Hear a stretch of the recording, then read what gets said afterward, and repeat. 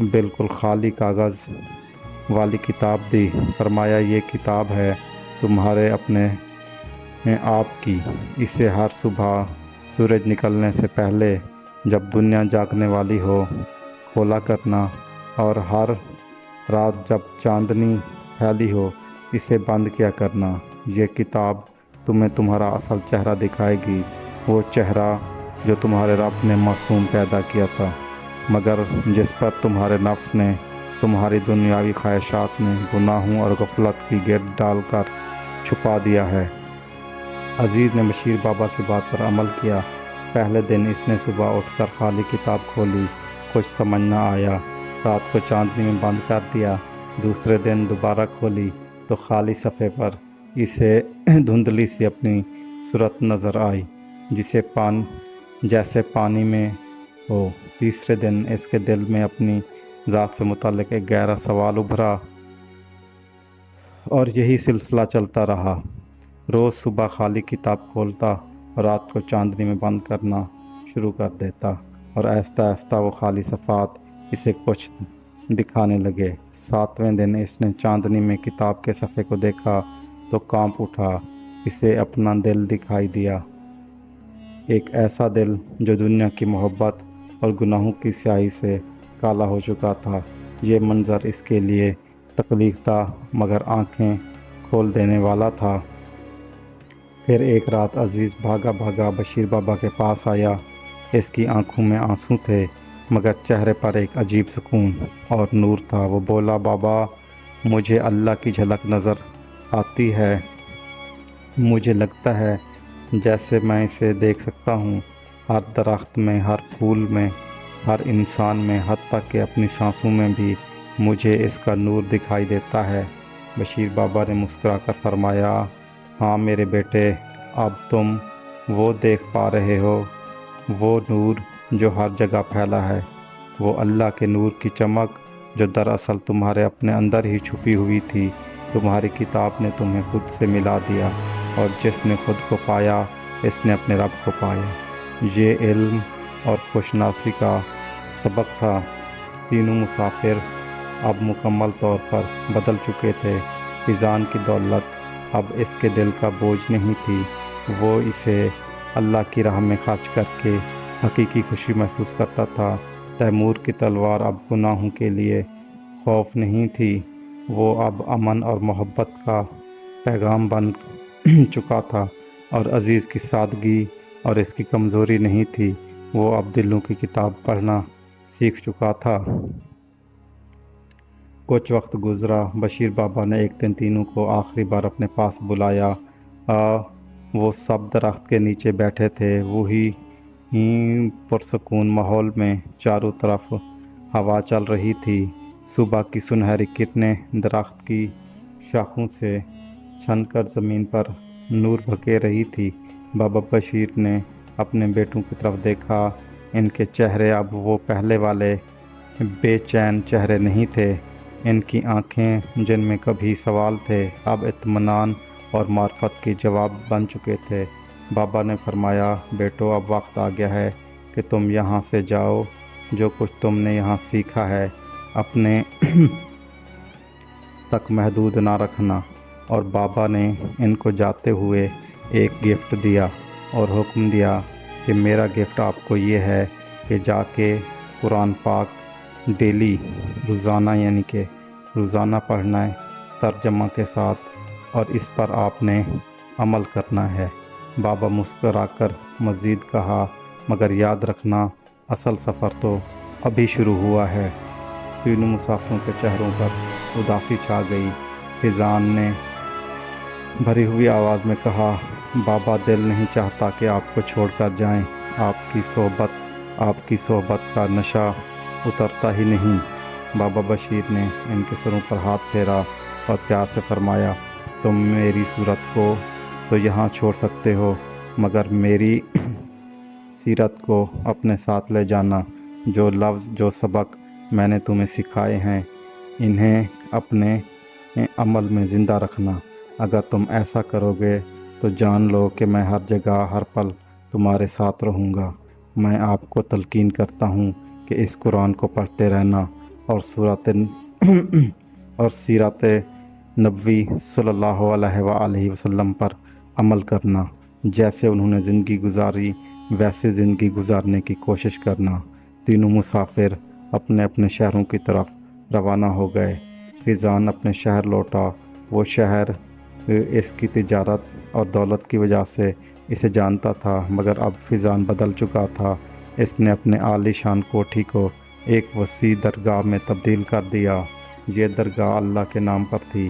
یہاں غریبوں بھوکوں کو پیٹ بھر کر کھانا کھلایا جاتا تھا، یتیموں کو پناہ دی جاتی تھی، اور یہاں وہ لوگ آتے تھے جو دولت کے طلبگار نہیں ہوتے تھے، دل کا سکون اور بابا فیض کی دعا لینے آتے تھے۔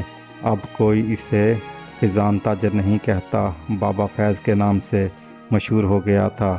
اس کے در سے کوئی خالی ہاتھ نہیں لوٹتا۔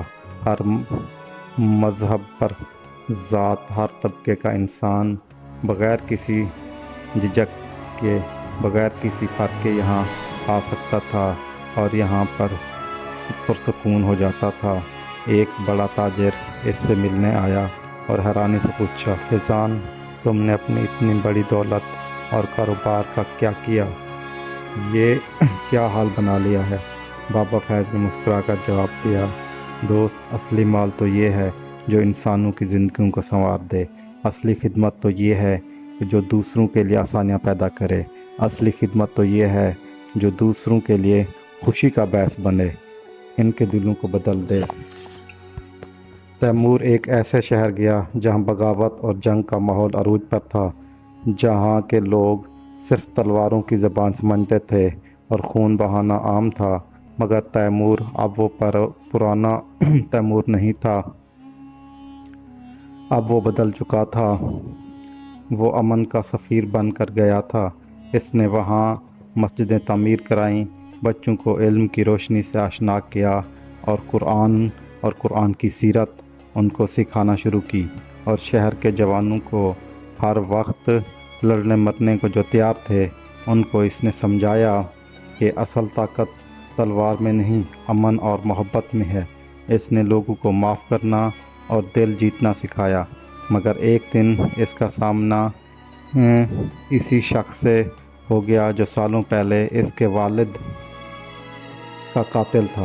شہر کے لوگ جمع ہو گئے، سب کی آنکھوں میں سوال تھا۔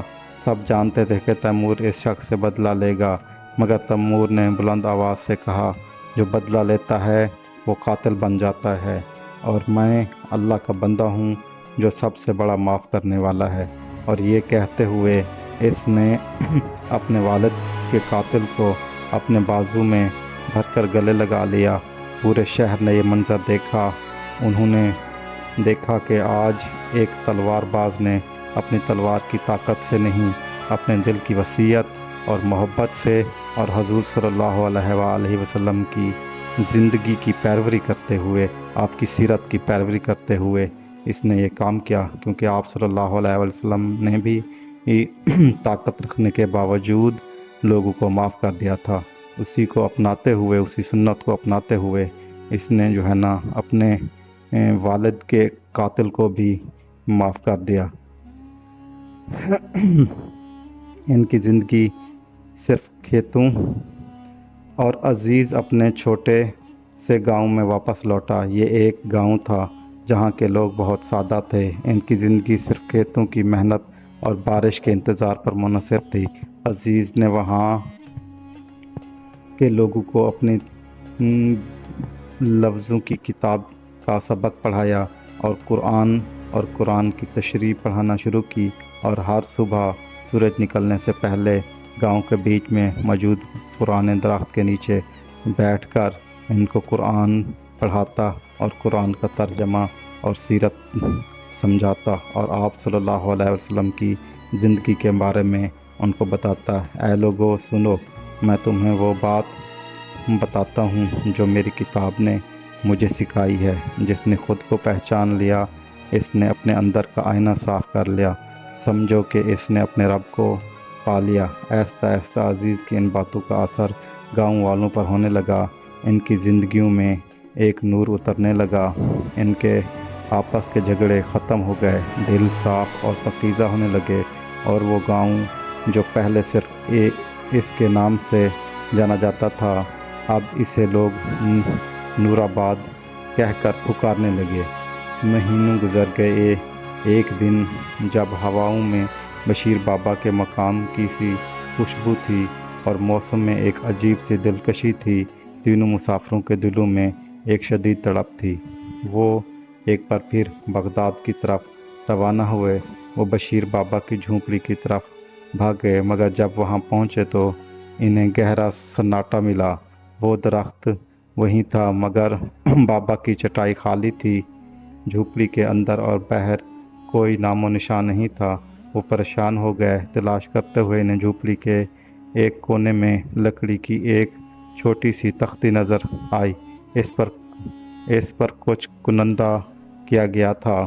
ان تینوں نے جھک کر آنکھوں میں آنسو لیے پڑھا، میں جا چکا ہوں اس لا انتہا سفر پر، جہاں ہر راہ صرف اور صرف میرے رب اللہ رب العالمین کی طرف جاتی ہے، مگر تم غمگین نہ ہونا۔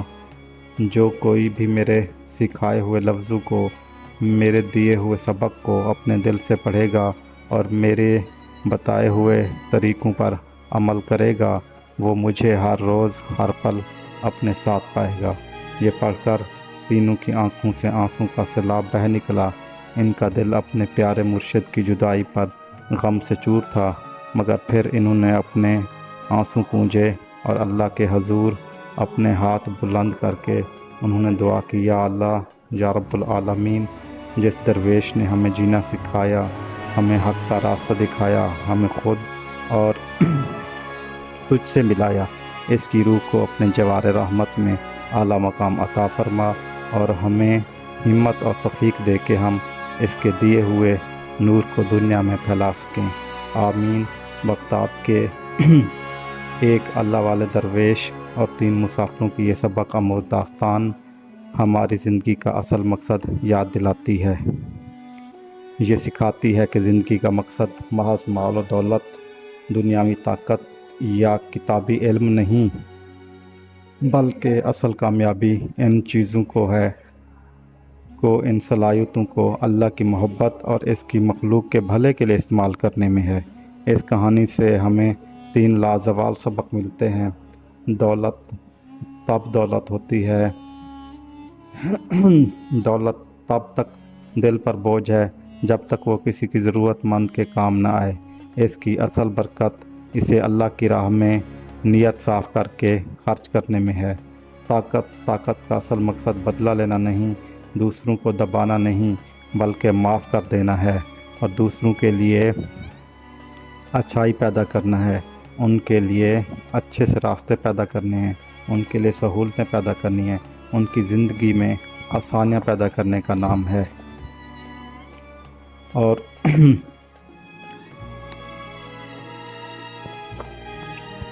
علم، حقیقی علم وہ نہیں جو صرف کتابوں میں ہو، حقیقی علم وہ ہے جو تمہیں تمہارے اپنے آپ اور زندگی کی گہری سچائیوں سے روبرو کرائے، اور اس علم کا سفر تمہارے اپنے دل کو اندر سے شروع ہوتا ہے۔ ناظرین، آج کی اس ویڈیو میں ہم نے جو کچھ سیکھا ہے اس کا لب لباب یہ ہے کہ ہم نے صرف ولی اللہ ان کی صحبت میں رہنا ہے، اچھے لوگوں کی صحبت میں رہنا ہے۔ آج کل ہمارے معاشرے میں بے شمار بابے بنے ہوئے ہیں جو جعلی بابے ہیں، جو اصل اور نیک لوگ ہیں ان کا نام بھی یہ خراب کر رہے ہیں، تو ان سے بچنا ہے۔ جو اللہ والے ہوتے ہیں یاد رکھیں کہ ان کو دنیا سے کوئی طلب نہیں ہوتی، وہ آپ سے کوئی پیسے اور کوئی اس طرح کی چیزیں ہرگز ڈیمانڈ نہیں کریں گے، اور نہ ہی کوئی غلط آپ کو مشورے دیں گے۔ تو کوشش کریں کہ نیک لوگوں کی صحبت اختیار کریں، اپنے ارد گرد لوگوں کے لیے آسانیاں پیدا کریں۔ جو کوئی مجبور ہو تو اس کے ساتھ اچھائی کریں، اس کی مدد کر دیں، اور بغیر بتائے ہوئے اور بغیر اپنی شہرت کرائے ہوئے، بغیر ایڈورٹائز اپنی کرائے ہوئے، یہ نہ ہو کہ فوٹو سیشن کرائیں اور اس طرح کی حرکتوں اور حماقتوں سے باز رہیں۔ صرف اور صرف اللہ کی رضا کے لیے دوسرے انسانوں کے لیے آسانیاں پیدا کریں۔ جزاک اللہ۔ اگر آپ کو آج کی ویڈیو اچھی لگی ہے تو اسے لائک کریں، سبسکرائب کریں اور اپنے دوستوں کے ساتھ شیئر کرنا ہرگز نہ بھولیے گا۔ اور اگر اس میں ہم سے کوئی غلطی کوتاہی ہو گئی ہے تو اللہ پاک بھی معاف فرمائے، اور سامعین سے بھی گزارش ہے کہ آپ کمنٹس کر کے ہماری اصلاح کیجیے گا۔ ہم بھی انسان ہیں، ہم سے بھی غلطی ہو سکتی ہے، تاکہ ہم اپنے غلطی کی درستی کریں اور اللہ پاک ہماری بھی مغفرت کرے اور آپ سب کی بھی مغفرت کرے۔ آمین ثم آمین۔ جزاک اللہ۔ اللہ حافظ۔